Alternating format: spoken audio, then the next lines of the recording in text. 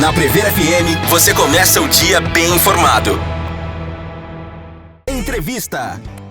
7h03. Voltamos com o primeiro jornal na Prever FM e hoje recebendo Tereza Teles, culinarista. Tereza, bom dia, obrigado por atender o nosso convite. Bom dia, Márcio. Eu que agradeço. É um prazer enorme e cumprimento esse trabalho maravilhoso que tem sido feito e que vocês tenham muito sucesso, porque é merecido, né? Muito obrigado, Tereza. Tereza, o que é ser uma culinarista? É uma chefe de cozinha? É uma cozinheira? Qual é o diferencial em ser uma culinarista? Perfeito, ótima a sua pergunta. Então, existem vários títulos, né, para quem trabalha com alimentação. E no caso, a culinarista, ela tem um comprometimento com uma linha, como por exemplo eu com a linha integral, vegetariana, ou vegano, ou sem glúten e tal. Então eu tenho uma especialidade. A minha função é formar receitas de acordo com a minha linha. Entendi. Então eu não sou só... Porque um chefe de cozinha, ele tem uma função de estética, de sabor, é maravilhoso, maravilhoso. Claro. Mas não existe um comprometimento, por exemplo, como eu, que tem um comprometimento terapêutico, digamos assim, porque eu estudei a terapêutica dos alimentos, então eu me comprometo com corte, cozimento, formação de cardápio, uma linha específica. E eu, então, crio receitas, a culinarista, ela cria receitas de acordo com uma linha específica. E a gente tem percebido que mais e mais pessoas têm se interessado por isso, né? Na variação, na novidade nos alimentos, o alimento vegano, o alimento vegetariano, o preparado por uma culinarista. Isso é interessante, né? Porque o conhecimento, a curiosidade leva ao conhecimento e de repente, olha, eu aprovei esse sabor diferenciado que eu imaginava que fosse uma outra coisa, mas que delícia. Tem crescido. Uhum. Tem crescido o público, graças a Deus, né? Porque é importante, é necessário, né? A população tem estado muito doente e a alimentação é fundamental, né, para o não adoecimento. Então, tanto para não adoecer como para curar, é necessário uma boa alimentação. Então, eu dei aula há 9 anos de alimentação aqui em Botucatu e eu senti a necessidade da população em procurar uma qualidade. Entendi. Porque é falta de informação às vezes, não é falta do querer. Né? Claro que todo mundo quer uma alimentação melhor e a alimentação, no caso da minha especialidade da alimentação vegetariana, ela é surpreendente mesmo e isso tem crescido, né? Porque muitas pessoas têm se especializado na alimentação vegetariana e é, por incrível que pareça, o jovem que está trazendo isso. Né? As pessoas mais idosas, elas procuram por uma questão de saúde. E a pessoa mais jovem, ela vem ou por alguma causa animal, ou por espiritual, ou por saúde mesmo, para não adoecer. A geração saúde, né, que está chegando, ela é muito promissora. Então, ao mesmo tempo que existe uma camada da população que tem uma alimentação muito pobre, né, muito industrializada, muito ultraprocessada, por outro lado, existe uma geração saúde que tem segurado e desenvolvido essa questão da alimentação natural, vegetariana, Entendi. Integral, orgânica, né? Interessante, interessante. Estudos sobre o que você mencionou da terapia dos alimentos, o que você descobriu de mais interessante? Ah, muita coisa. Esse universo, olha, tem 45 anos que eu estudo alimentação, né? Então, em tudo, desde o corte, que é um corte de preservação de energia vital, que a energia vital do alimento, a gente consegue consumir 100% dela, e energia é uma coisa que a gente ultimamente precisa e muito, né? A combinação dos alimentos, né? Por que fazer um cardápio com aquela combinação? Facilitação de digestão, uso dos temperos, quais são os alimentos que estimulam, sei lá, a ansiedade, por exemplo, quais que acalmam, né? Em que idade você vai usando, que tipo de cardápio, que tipo de alimento. É um universo tão enorme, né? É uma coisa tão maravilhosa que quando a gente descobre e pratica, isso acaba sendo até mais fácil, né? Porque daí vai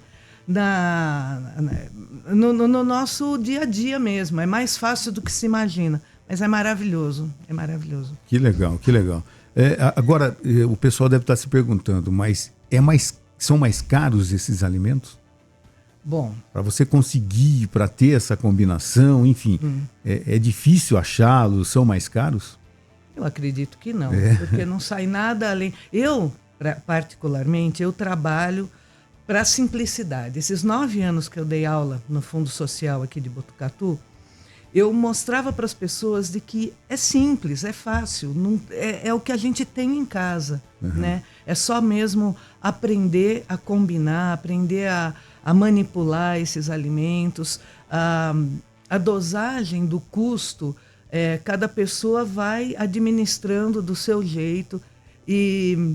Não sei, tem coisas que são tão mais caras, né? O custo do próprio remédio, da consulta médica, do plano de saúde, né? É tudo tão custoso que se a gente não adoecer, é melhor, né? Vai estar fazendo uma grande economia, Vai estar fazendo uma economia, vai estar se sentindo bem, vai envelhecer bem, né? Isso é importante, porque a gente envelhece, Claro. né? E é na juventude que a gente escolhe de que maneira você vai envelhecer. Entendi, Né? entendi. Não está saindo. Você falou aí a respeito da ansiedade. Sim. Quais alimentos você diria que pioram a ansiedade, que é o mal do século, né? Verdade. É o mal do século. Tem muita, não só criança como adulto com déficit de atenção, ou, né? Sabe essas crianças que não param quieta, né? Que ninguém consegue controlar, ou adulto que não consegue se concentrar. Isso, uma boa parte, claro que não é tudo, mas uma boa parte vem da alimentação, sim. Então, os açúcares, os ultraprocessados, né? As frituras, isso tudo traz uma dificuldade para o organismo, né? Tem uma sobrecarga no organismo maior do que ele... Aquela carga maior do que o organismo consegue suportar, e isso causa depressão, ansiedade. Tem alguns alimentos relacionados. O ultraprocessado é os refinados, os açúcares, né? Esses excessos eles traem. Tem uns mais polêmicos, mas que eu prefiro não trazer hoje, porque esse é um assunto para uma outra conversa, que se fale só sobre isso, porque é mais profundo o efeito terapêutico dele no organismo das pessoas. Agora, por que é tão viciante esses alimentos ultraprocessados, refinados? Por que a gente quer comer o tempo todo eles? Exatamente. Em especial o açúcar, né? Se você passa um tempo sem açúcar, tá tudo certo, né? Você come até coisas doces, não açucaradas, né? Em especial o açúcar refinado, né? Que eu acho que é o mais complicado disso, porque ele é um produto químico e viciante realmente. Então você passa um tempo sem ele. Quando você come o açúcar, aí você quer outro. Aí quer outro. Aí não para. E para parar demora. É um processo como a desintoxicação de droga mesmo, né? Tem um nutrólogo que chama Dr. Soleil. Ele fez alguns livros muito simples, muito gostosos de ler, porque é para todo mundo entender. E ele fala sobre esses refinados, em especial o açúcar, né? E ele, nesse livro, ele categoricamente afirma que 90% das pessoas criadas com açúcar refinado, eles podem ter uma tendência a ser um dependente químico, porque o açúcar refinado é uma droga.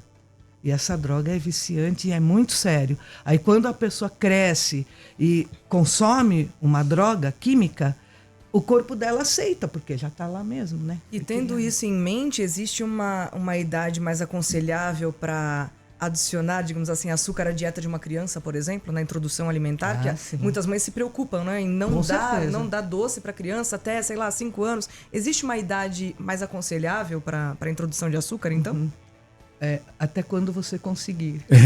O máximo que Essa é uma puder boa evitar. resposta. Até quando você conseguir. máximo que Existem puder evitar, tá regras bom, para né? isso, mas existe a realidade. Sim. Né? que idade a criança vai para a escola, que tipo de escola, como que ela trata contato com os coleguinhas, né, que vão consumir o refrigerante. Exatamente, e tudo mais, né? Às vezes ele não consome, mas vai estar lá o coleguinha com bolacha, com refrigerante. Exatamente, né? Eu consegui com as minhas filhas um bom tempo, com a mais velha.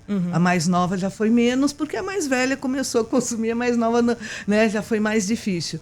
Agora, são pessoas hoje já adultas, mães e tudo mais, e que têm um hábito, porque elas mesmo, enquanto crianças, quando elas chegavam em algum lugar e tinham doce, por exemplo, muito doce, elas comiam um pedaço e não aguentava. Depois isso passou. Mas até uma boa idade, eu acho que até a adolescência, elas tiveram um hábito bem controlado, assim, porque elas têm essa consciência, né? O difícil é de repente, assim, a propaganda que você vê todo momento, né, nas redes sociais, na televisão e tudo mais, leva, né, a querer, né? Na criança, principalmente, fica com vontade mesmo de ver. Mesmo no supermercado, sempre fica ao alcance dos olhos e das fica crianças, ali, né? Normalmente no display que você está saindo, tem alguma coisa tentando você. Normalmente nas prateleiras mais baixas, né? Na altura da mesa. Ficar na altura. É uma estratégia de marketing. É uma estratégia de marketing. Exatamente. Tereza, eu já tive a oportunidade, alguns anos atrás, de participar de uma feijoada vegana que você fez. Olha, ela é famosa essa. E é interessante o seguinte, quem olhava aquilo, né, fala assim, é uma feijoada. Você olhava aquilo lá e você fala assim, ó, ali tem a carne, ali tem a linguiça, ali tem o paio, ali tem tudo. Olhava, mas não era, sabe? Como é que faz essa magia? Pois é. Essa é a função do culinarista também. Agora sim. Agora você tem entendeu, magia envolvida. A cada receita eu faço várias vezes até que ela chegue num resultado satisfatório para todo mundo, atrativo. Porque aí a gente está numa briga de cachorro grande. Não, principalmente com os olhos, né? Exatamente. Você começa comendo com os olhos, então você olha aquilo lá, é uma feijoada. Sim. Né? Mas vegano. Então, se o seu concorrente ele apela pro visual e pro sabor, a gente tem que apelar também. Não tenha dúvida. E tem que mostrar que é gostoso, que não é ruim, não. É muito mais barata, inclusive, né? E muito mais digestiva. Então, a formação, por exemplo, dessa feijoada, eu coloco elementos como o nabo, por exemplo, porque o nabo ele estimula a digestão, né? O suco gástrico.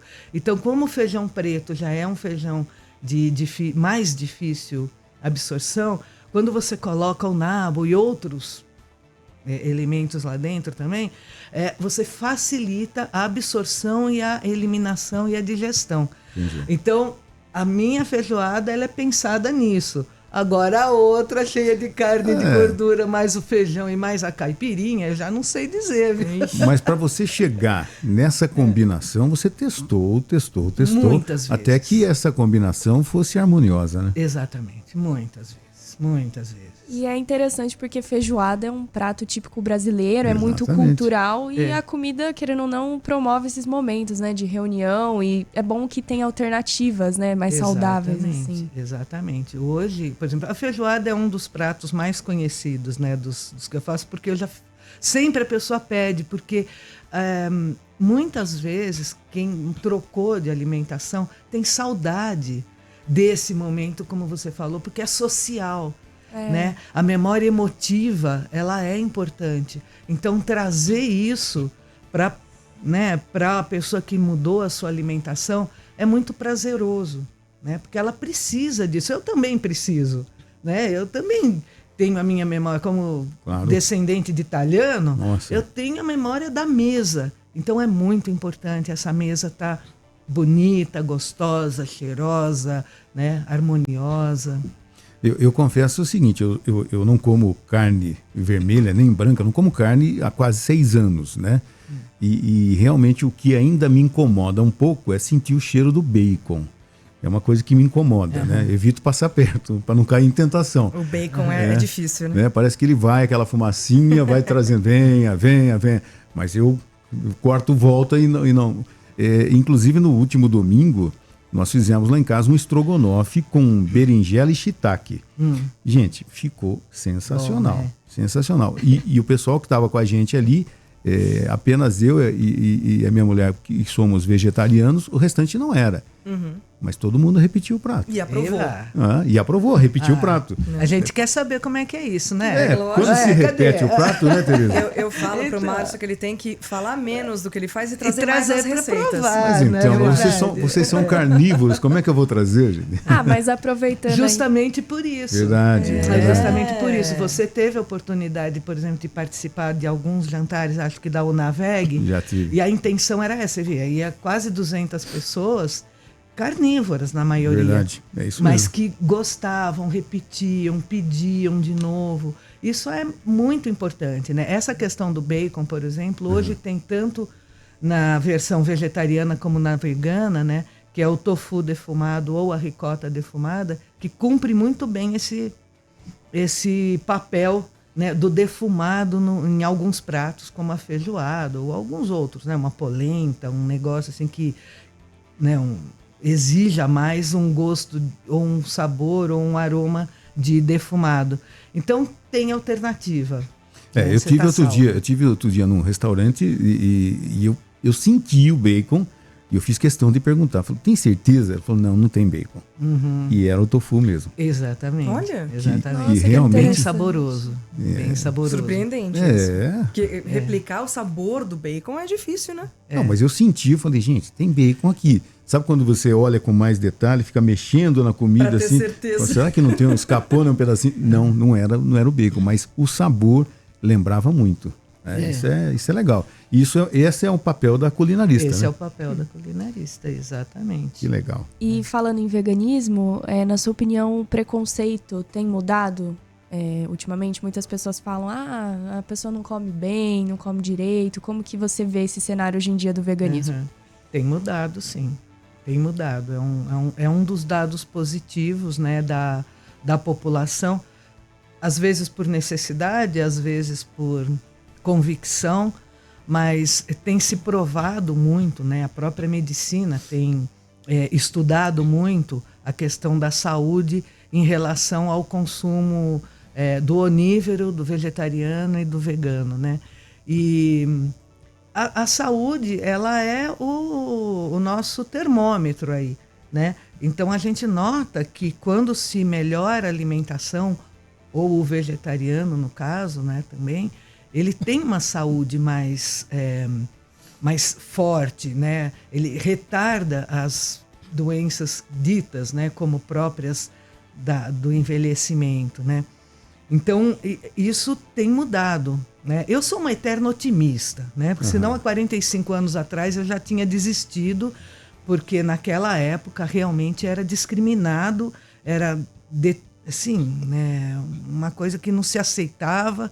E nessa insistência, e com o tempo a gente foi percebendo que isso foi aumentando, foi melhorando, a procura pela orientação da alimentação vegetariana, vegana, ou mesmo só natural, mesmo que a pessoa coma carne, né? Quando eu dava curso, eu falava para a pessoa, tá tudo bem se você quer comer sua carne, mas vamos melhorar a maneira de você comer a carne e não vamos comer dele, né? Só o arroz, feijão e carne. Então vamos introduzir outras coisas. Se você não quer tirar a carne, não tira. Diminua.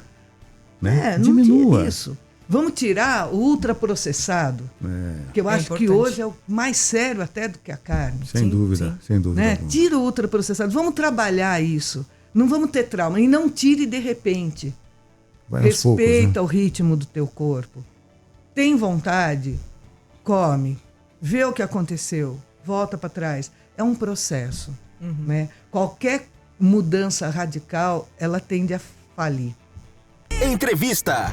7h23, Tereza Teles, culinarista, hoje aqui no Primeiro Jornal.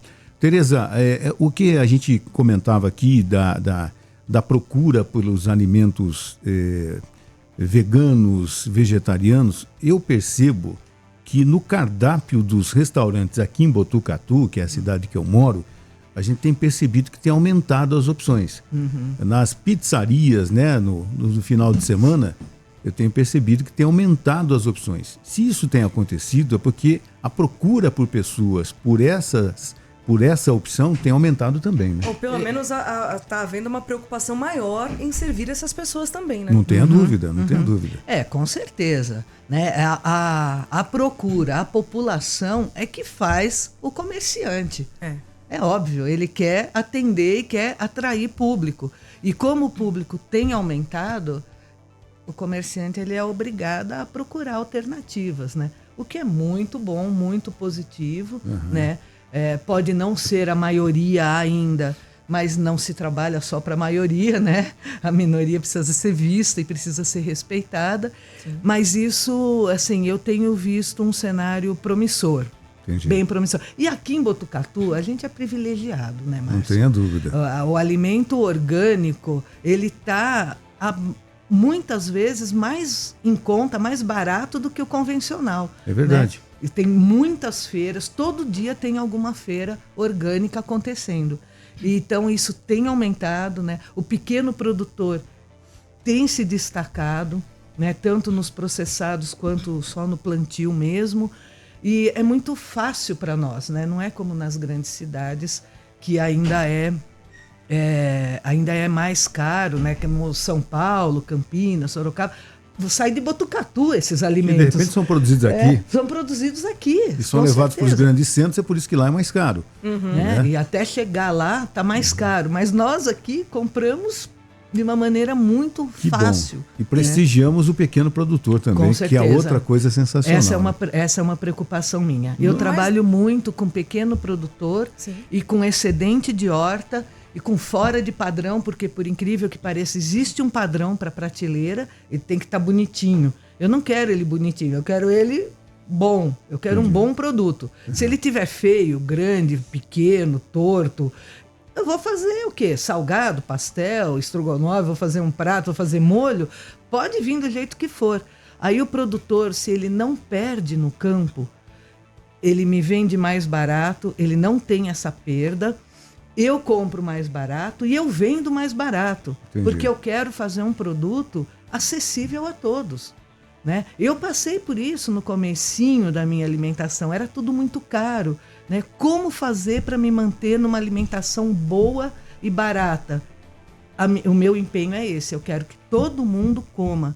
Então, o quanto eu puder fazer o meu produto acessível e ajudar o pequeno produtor, ajudar a mim e a quem vai comprar de mim, perfeito. Essa é a função. O que a gente lamenta, às vezes, de ver até em supermercado, né, sacolões da vida, é o desperdício, né? Você vê ali que tem um tomate que ele tem uma batidinha e ele é jogado fora. Né? Uma fruta que tem, por quê? Porque ninguém vai comprar. Sim. A pessoa vai olhar, e às vezes já aconteceu comigo, a pessoa está na minha frente no mercado e ela pega aquela fruta e ela aperta. Uma vez eu não me contive, eu falei, amigão, não aperta não.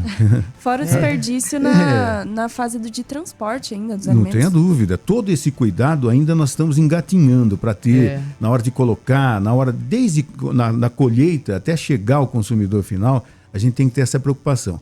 E como a Tereza falou, às vezes você olha a cara do alimento, ele tem uma batidinha ali, não vou levar. Alguém vai comer porque ele ainda está bom. Exatamente. Claro. Né? Não é só a estética, né, do produto, mas a qualidade dele, né? Ele estando bom. Exatamente. Pouco importa o formato que o tomate saiu, por exemplo. Exatamente. Né? Você estava falando de pequenos produtores, né? De mais do que cultivar a própria verdura, o próprio legume. O que você pensa a respeito de quem tem o seu próprio cultivo de temperos? É lindo. Tem ali a sua hortinha ali com seu manjericão, o seu alecrim. O que você acha a respeito disso? Isso é maravilhoso, né? Em casa tem, tá? Na sua casa tem? Eu também Parabéns. tenho. Eu também tenho. É maravilhoso. Você vê ele com outros olhos. Parece que até o alimento fica mais gostoso. Fala, olha, é da Exatamente. minha horta, né? Você pegar, né? É você ter esse conhecimento do processo de qualquer alimento que seja. Esse, por exemplo, é um trabalho que a gente faz, porque eu trabalho também na Escola do Meio Ambiente, né? E é um trabalho que a gente faz com as crianças, porque se a criança vai lá na horta de mandala, colhe o alimento para fazer o seu próprio lanche. Hoje a escola é quase 100% sustentável, né? Cenoura, abobrinha, o alface, o tempero, o limão. Tudo produzido lá, né? Ali sai lá.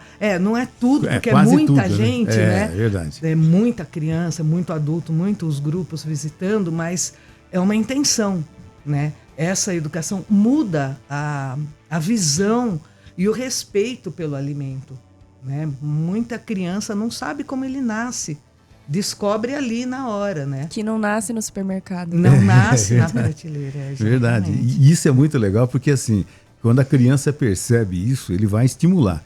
A gente sempre usa essa terminologia, né? A criança é um multiplicador. Ele vai chegar em casa, ele vai falar assim, olha, essa fruta aqui fui eu que ajudei a plantar. Exatamente. Né? Isso é muito bacana, né? E a satisfação com que a criança fala isso, né? E a maneira como se oferece o alimento. Que nem lá na escola, a gente tem o famoso X-Floresta, né? X-Floresta. E o X-Floresta. E ali a criança chega em casa, tem mãe que liga na escola e fala, gente, o que é esse X-Floresta? E aí a mãe fica surpresa. Como que meu filho comeu abobrinha, cenoura, alface, se ele não come isso em casa? Aí que tá. Ah, então, você vem aqui que eu te conto. X-Floresta. E tem até adultos, né, que falam que não gostam de verdura, não gostam de frutas. O que fazer nessa situação? Ué, mudar a maneira com que se apresenta o alimento, né? O adulto, ele tem que trazer a consciência e se trabalhar nessa questão da aceitação do alimento gradativamente, e a criança ser estimulada com várias maneiras de se apresentar e não deixar de apresentar. Tá lá o tempo todo e comer na frente da pessoa, da criança, principalmente. Porque ela acredita que se a mãe dela e o pai tá comendo, né? Se a avó tá comendo, eu posso comer, né? Isso que eu ia falar, às vezes a gente quer que a criança coma, mas o adulto do lado não dá o exemplo, não dá né? o exemplo, é comer junto, né? Isso é importante. Ô, Tereza, a gente falou aí da feijoada, que já é famosa e tal, né? Mas outros pratos, outros alimentos tradicionais, da culinária tradicional, também são adaptados ao veganismo, ao vegetarianismo e tal, né? Sim. E isso estimula também. Vai falar assim, olha, um rocambole de legumes. Né, que eu já comi, eu sei que é muito bom. Então, assim, isso aí também estimula, né? É um rocambole, mas é de legumes. Prove. Né? Se você vê a minha biblioteca de livro de culinárias, você vai falar, não é possível que você leu isso tudo. E eu pesquiso mesmo, tanto da culinária nacional como internacional, vários livros da mesma linhagem, da mesma, sei lá, por exemplo, o árabe. Tenho vários livros árabes, vários italianos, vários, sabe? E aí porque vai cruzando as ideias e vai testando sabores até chegar numa textura bacana, né? Então, claro que eu trabalho com esses pratos mais sofisticados, no caso dos jantares da Unaveg, que foram 38 jantares, eu tinha que estudar e fazer uma coisa mais atrativa. É um público também mais exigente também, né? Então, era para conquistar mesmo. Mas no dia a dia, por exemplo, eu sirvo muitos cursos, né? Café, almoço, janta, em cursos. Aí você traz o mais simples também, porque o cotidiano é o que a gente vive, né? Eu não vivo só de prato especial, claro. Eu vivo de arroz, feijão, couve, é o nosso dia a dia, polenta, né? Saladinha e tal. Então, é dessas coisas e mostrar que é possível, né? Tanto o da rotina diária nossa, como dos jantares especiais, almoços especiais, casamentos, aniversários, tal, que eu já fiz muitos. Ambas as partes são simples e fácil de fazer. Quem já teve o trabalho de descobrir fui eu. Dali para frente, eu ensinei muita gente e tenho visto que elas têm seguido, né? Isso é bom, né? E Tereza, você tem um prato favorito de cozinhar? Eita. Difícil, mas pergunta difícil, não? É difícil, porque para uma descendente de italiano que vive na mesa, não tem. Eu gosto muito de massa, você falou que gosta também. Eu gosto pelas minhas origens, né? Então, todos os tipos. Atualmente, eu tenho na minha linha de venda a lasanha vegana, que é feita com o tofu, tanto fresco como defumado, com leite de amêndoa, com tomate orgânico e tal. Tá me dando fome esse papo, gente. É uma lasanha bem gostosa mesmo. Então, atualmente, eu tenho gostado de trabalhar com ela, porque ela é nova na minha linha de produção. Mas, difícil falar, difícil. Não dá para escolher um, né? Não dá. Porque É igual cada escolher um filho, não dá, né? Qual é o filho preferido? Não tem como, né? Mas olha só, a gente recebeu uma mensagem aqui no WhatsApp dizendo o seguinte: ótima entrevista, parabéns para Tereza por tanto tempo se dedicando a uma alimentação de qualidade e muito gostosa também, por sinal. Gidu. Ah, Gidu. Meu amigo, meu cliente, agradeço. Obrigada, Gidu. Gidu e família, né? A família inteira consome meus produtos e são pessoas maravilhosas. Que legal. Obrigada, Gidu. Ô, Tereza, para a gente encerrar, como é que o pessoal acha a Tereza nas redes sociais? Que hoje é como achar uma pessoa? Rede social. Rede social, é. Isso aí. Tanto no Instagram como no Facebook eu tenho as minhas páginas, pessoal e profissional. Na verdade, só profissional, porque pessoal eu não tenho nem tempo de entrar para postar nada. Mas pode entrar por lá tem meus contatos.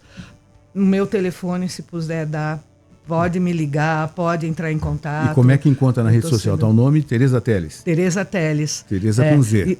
Tereza com Z, Teles com 2 L's, exatamente. Tá certo. E tenho Tereza Teles Culinária Artesanal, acho que chama, porque no Instagram tem o Tereza Teles.56, eu não sei nem por que é esse nome, porque eu não sei lidar com rede social. Então quem faz? Normalmente tinha algum nome parecido e daí ele dá a opção de você colocar um número. Não, ou porque minhas filhas que fizeram para mim e alimenta a rede, porque eu não sei fazer isso, ninguém é bom em tudo, não me sinto culpada. Então, Tereza Teles 56, tenho Tereza Teles Culinária Artesanal e tenho no Facebook o Tereza Teles Culinarista, acho que é isso. Tá certo. Tereza, muito obrigado por ter aceitado o nosso convite. Sucesso para você, tá? Sempre presente, sempre dando uma força. E eu agradeço muito o seu estímulo na alimentação, porque eu já participei várias vezes de programas seus. E isso é muito bom. Você está de parabéns. Obrigada mesmo. Nós é que agradecemos a sua presença, viu? Sucesso. Obrigado, Tereza. Obrigada, você também.